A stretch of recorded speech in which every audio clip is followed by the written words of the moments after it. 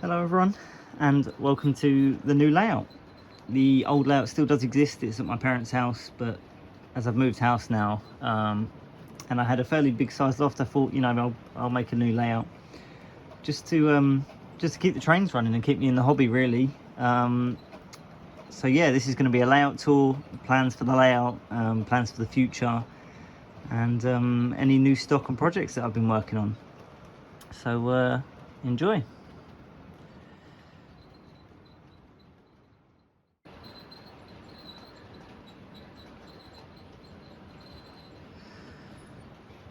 So let's get onto the layout itself.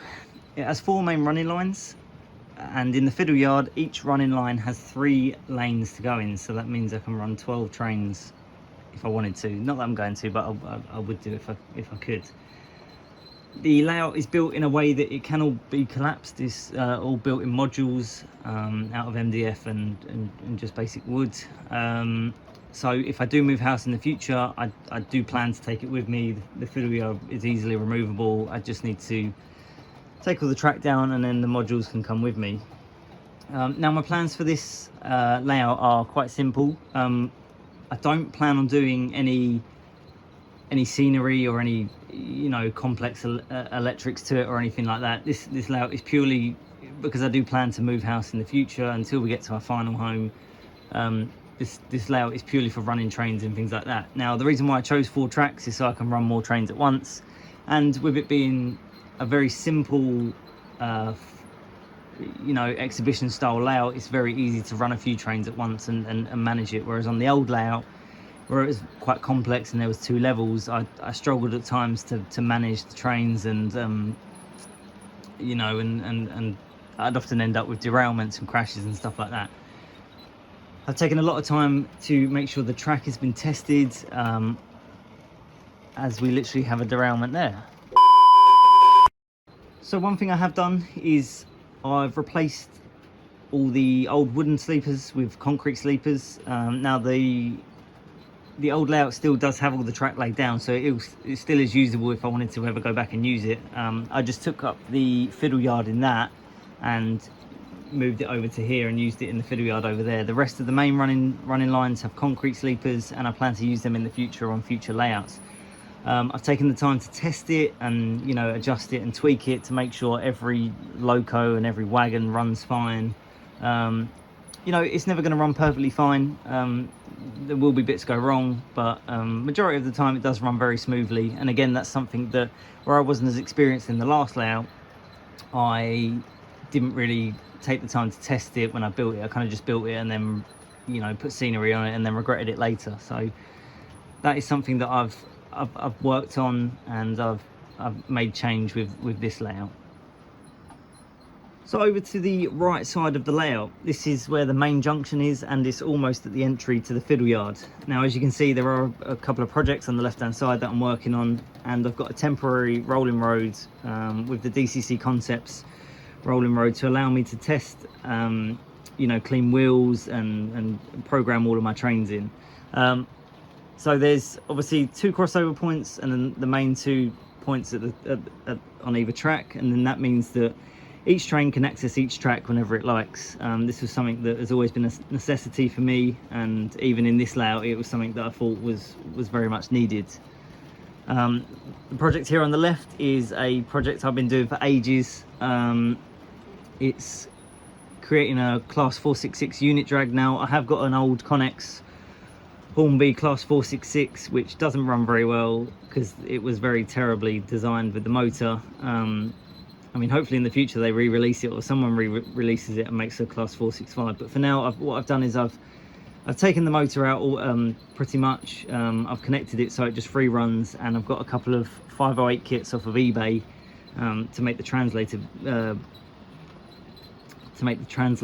units and barrier units, and then they will obviously fit inside of it. Now the one thing I am struggling with is I'm struggling to get a coupling and an EM coupling onto the front of the 466. Now I've seen a couple of people do it on YouTube, but they didn't really show in-depth details of how they're doing it. So if anyone does have any ideas of how to fit one, that would be great, because then I can crack on and get the kit finished.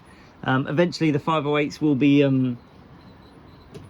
they will have the they will have lights drilled and stuff like that. It's my first attempt at you know, any kind of scratch building. I have really enjoyed it, even though it was a while back that I kind of almost finished it, but I just need to, you know, glue all the bases down, get any wiring in that I need to do. So in the future I probably will try some resin kits, maybe some other kits that I've seen on Facebook and on eBay and stuff like that. So stay tuned for them, because they'll be coming soon as well. So the final part of the layout is, of course, the Fiddle Yard. Now, as I said, the majority of it is wooden sleepers from the old Fiddle Yard on the old layout. And like I mentioned at the start, there are 3 lanes per track. So over here there's the extensive point work, and then it runs round in, and there's 3 lanes. Now the outer track, the lanes are huge. Obviously you can see here I've got the timber wagons and the cargo wagons from Revolution trains. I mean, that's a good solid rake in itself, and there's still a lot of space available. So I can run bigger trains, and the car wagons come around in the top one. So I now have the option to run bigger trains if I choose to, but I quite like the kind of mid-length rake, especially with the price of everything nowadays. Running full-length trains is just unrealistic, I think, unless you've got an endless amount of money. So yeah, 12 lanes. It's very full up at the moment. There are still a few lanes spare. So you know, I've obviously got my 455 there, and there's loads of wagons from the old layout that I still have yet to box up and take over. There's a couple sitting in boxes below in the storage area and stuff like that, just in their boxes. So I need to get them out, give them a run, and then I'll get a running session out for you guys in the new year and things like that. But as you can see, trains run through it nice and smoothly. I tested this, and I cleaned all the track up. And obviously the only downside to using old track is that it's very worn, and it gets very dirty easily. And there is a noticeable difference between the concrete sleeper track and the wooden sleeper track, because obviously the concrete sleeper is a lot newer. But I wanted to use this up and not waste it, and I thought, you know, putting it in the Fiddle Yard was a good way of putting the track to use.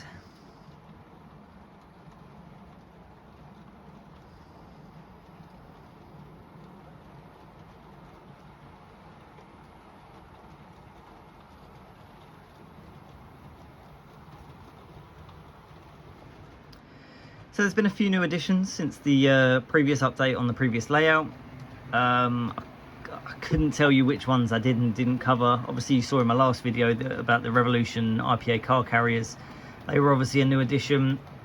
The Cavalex wagons just going past, the war flats. I've always wanted like a kind of a war train, so an MOD train, sorry. So that was a good excuse to buy them, and I'll plan to buy some tanks in the future to go on them.